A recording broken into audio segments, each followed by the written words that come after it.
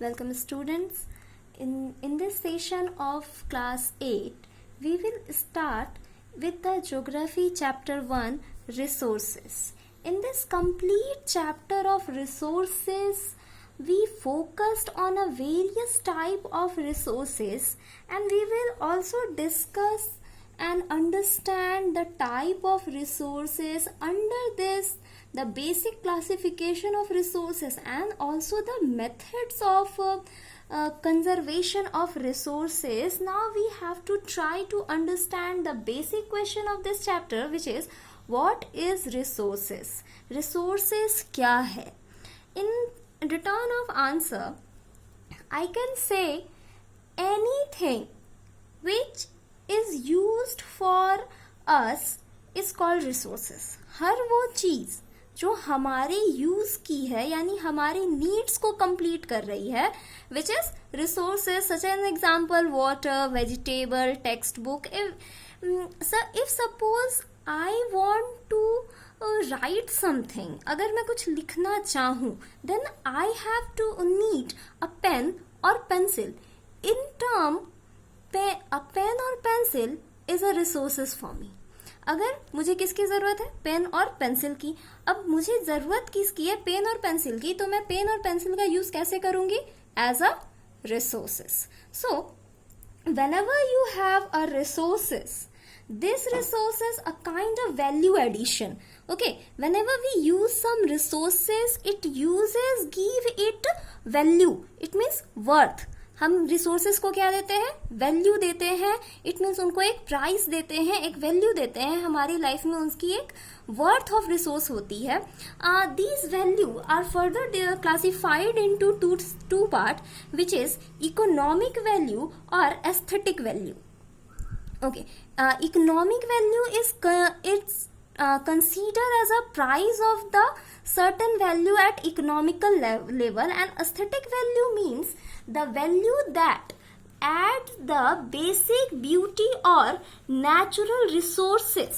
Okay, such an example tree. यानी tree क्या कर रहा है? ट्री हमारे सराउंड्स को, हमारे आसपास के एरिया को ब्यूटी प्रोवाइड कर रहा है. यानी हमारे आसपास अगर बहुत सारे पेड़ लगे हुए थे, there is lots of greeneries, जो देखने में काफी खूबसूरत लगता है. And also the natural surrounding, it provide us oxygen which is very essential for our life.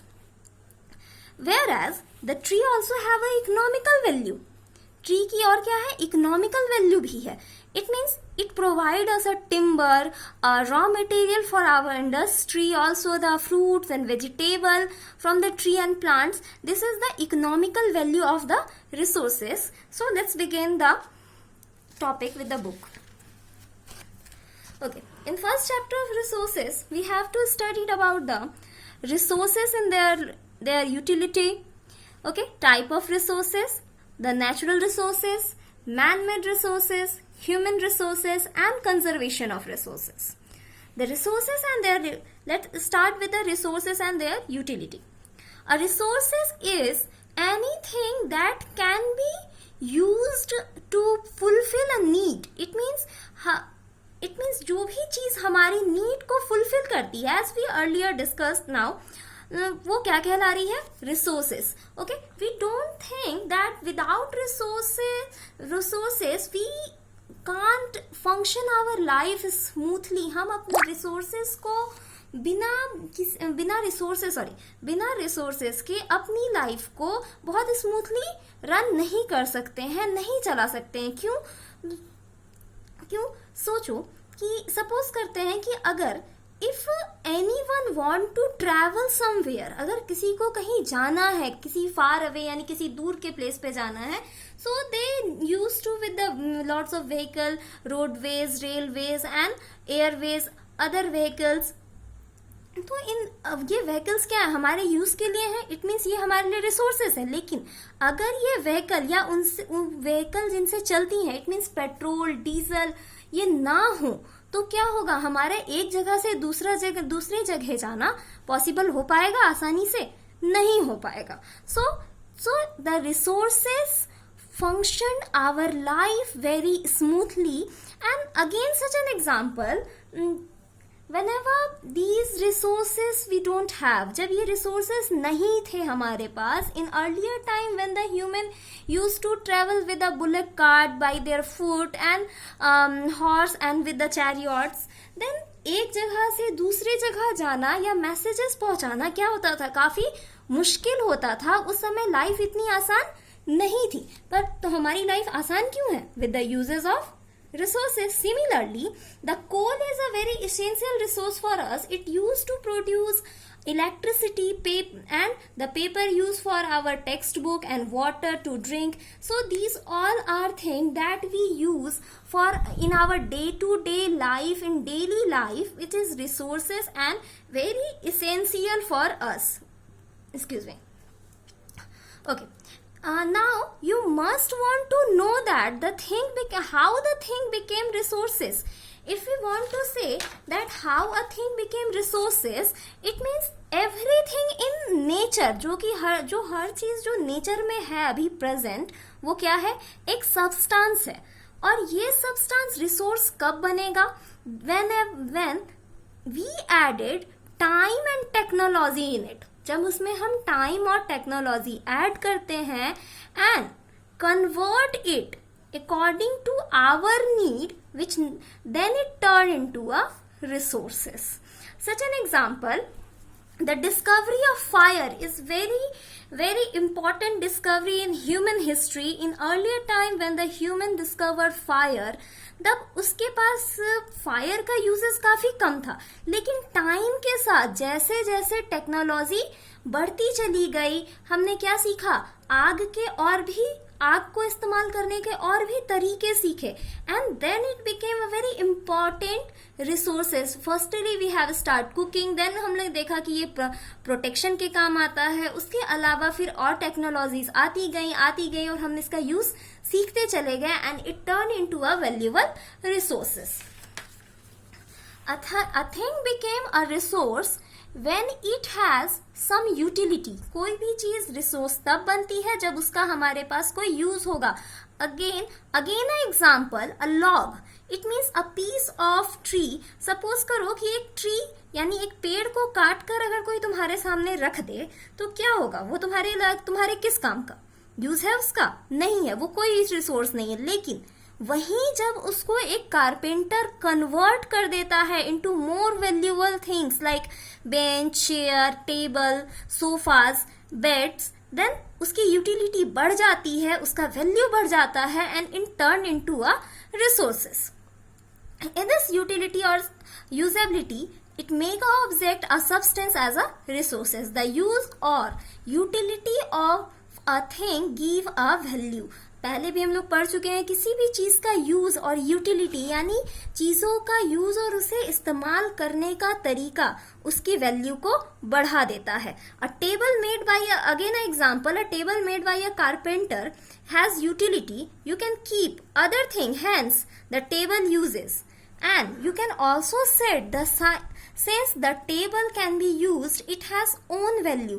It means that जब हम एक पर्टिकुलर टेबल को ले लेते हैं तो टेबल का एक सर्टेन वैल्यू है, सर्टेन यूजेस है. उसके अलावा और भी कई सारी चीजें हैं जो लकड़ी से ही बनाई जाती हैं, तो हो सकता है उसका वैल्यू, उसकी यूजेस टेबल से ज्यादा भी हो सकती हैं और टेबल से कम भी हो सकती हैं. इट मीन्स रिसोर्सेस की वैल्यू कब बढ़ती है? According to its utility.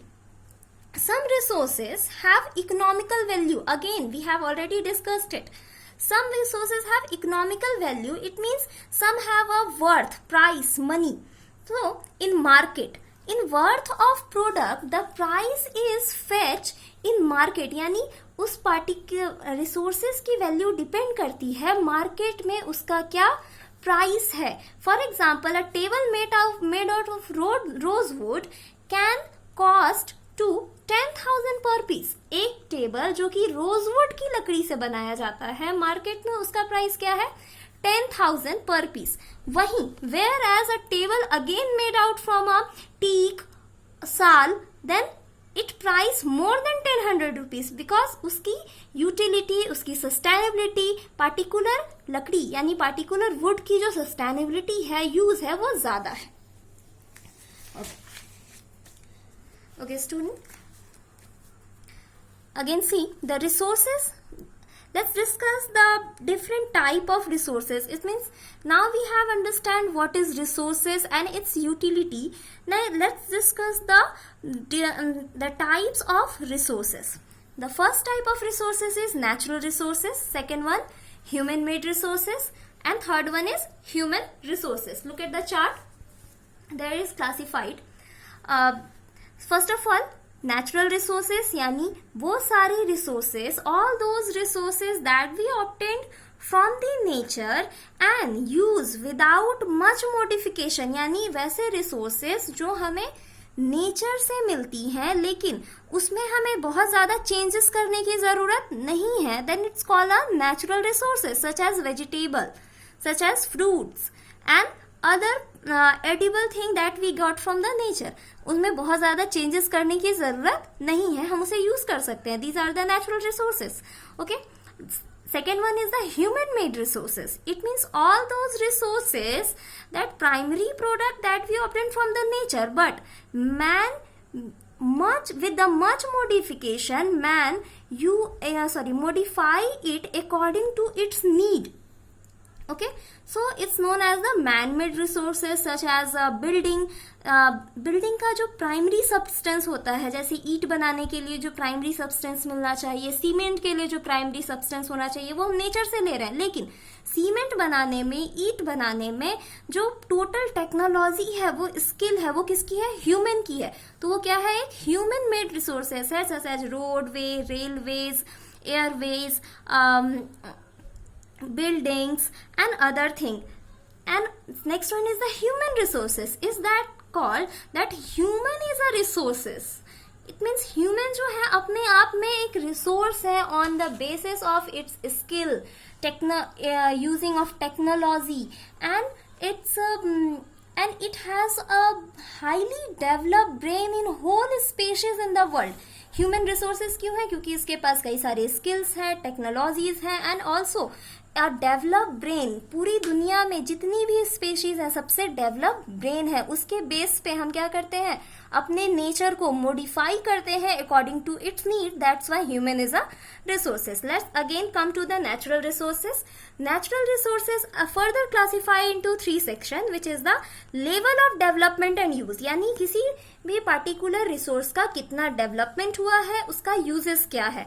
Second one is the origin, यानी उसकी उत्पत्ति कैसे हुई है, उसकी शुरुआत कैसे हुई है.